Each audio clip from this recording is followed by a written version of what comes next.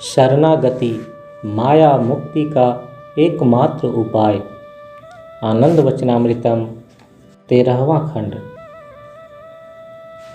शास्त्र में किसी कार्य संपादन के लिए 3 पद्धतियां बताई गई हैं। एक दक्षिण मार्ग, दूसरा वाम मार्ग और तीसरा मध्यम मार्ग।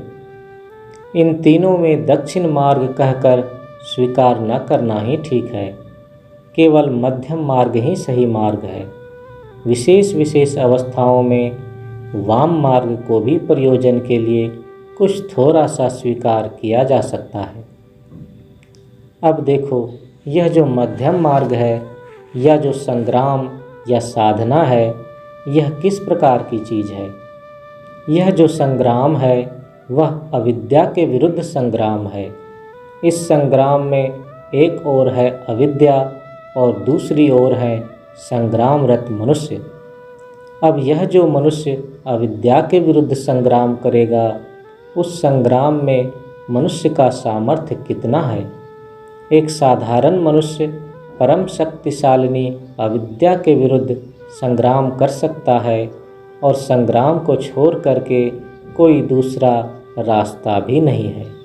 कारण अविद्या माया तो स्वेच्छा से कृपा कर मनुष्य को मुक्त कर देगी, ऐसी आशा नहीं की जा सकती और माया ऐसा करेगी भी नहीं।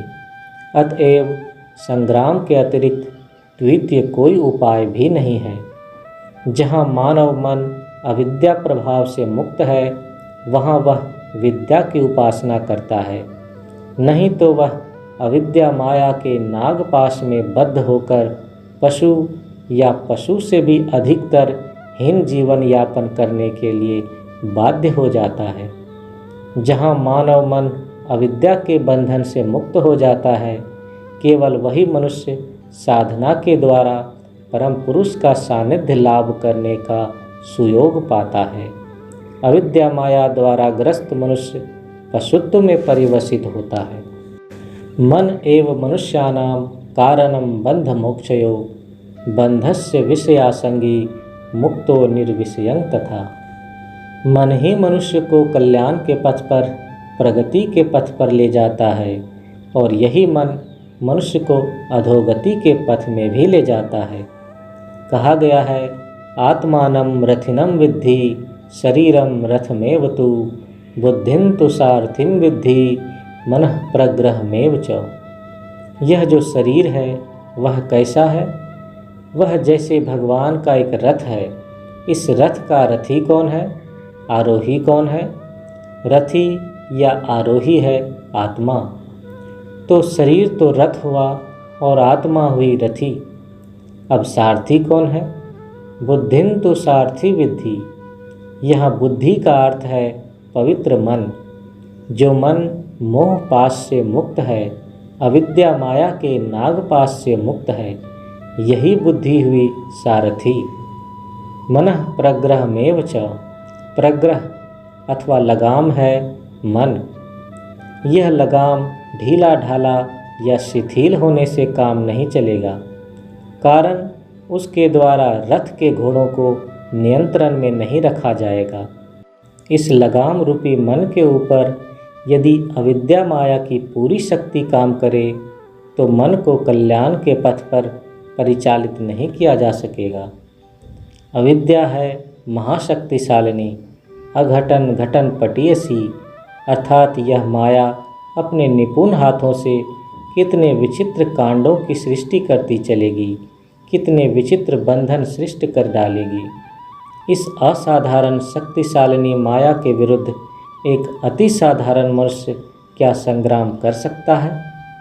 यह एक बहुत बड़ा और जटिल प्रश्न है, परंतु इस कारण मनुष्य को चिंतित होने अथवा चिंताग्रस्त होने का कोई कारण नहीं है। कारण यह कि जो साधक है, परम पुरुष के भक्त हैं, वे किसी अवस्था में भी विचलित नहीं होंगे, न चिंतान्वित होंगे। कारण भक्ति या प्रेम कभी एक तरफा नहीं होता है। मान लो क और ख इन दोनों व्यष्टियों में है प्रगाढ़ प्रेम, बंधुत्व। अब केवल क ही ख को प्रेम नहीं करता, बल्कि खा भी बहुत प्यार करेगा। इसी प्रकार इस बात को याद रखना पड़ेगा कि जो मनुष्य परम पुरुष को जितना प्यार करता होगा, परम पुरुष भी उसको उतना ही प्यार करते होंगे। यह बात सही है कि अविद्या माया बड़ी शक्तिशालिनी है, परंतु है यह परम पुरुष की ही माया। वह तो परम पुरुष की ही दासी है। अब जिसका परम पुरुष के साथ ही प्रत्यक्ष संपर्क है, वह परम पुरुष की दासी का आधिपत्य मानेगा क्यों? इसी से गीता में भगवान श्री कृष्ण ने कहा है, दैवी हेषा गुणमयी मम माया दुरत्यया मामेव जे प्रपद्यन्ते माया मेतांग तरन्ति ते।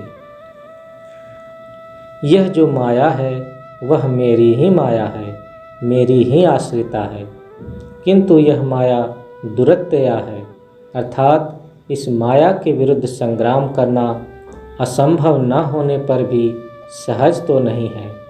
इसीलिए भगवान श्री कृष्ण ने कहा है, मामेव जे प्रपद्यन्ते माया मेतांग तरन्ति ते, अर्थात जो साधक मेरे शरणापन्न है वही इस माया को अतिक्रम कर सकता है। अर्थात परम पुरुष के शरणापन्न भक्त के लिए माया वैसी दुरतिक्रम्य शक्ति नहीं है। जिस मनुष्य के साथ परम पुरुष स्वयं सर्वदा साथी होकर रह रहे हैं, माया उसका क्या कर लेगी? बल्कि अविद्या माया ही इस प्रकार के साधक से डरेगी। इसलिए जो मनुष्य साधक है, जिसका परम पुरुष के प्रति प्रेम है, वह कभी माया से नहीं डरेगा। तुम लोग जानते हो, शास्त्र में साधक का एक प्रतिशब्द है गोप। गोप भाव साधना की एक उच्चावस्था है। गोपायते यः सह गोपः। परम पुरुष को आनंद देने का स्वभाव है जिसका, वह है गोप। गोप का अर्थ ग्वाला नहीं है, इसलिए शब्द का अर्थ हुआ जिसका परम पुरुष के प्रति प्रेम हो।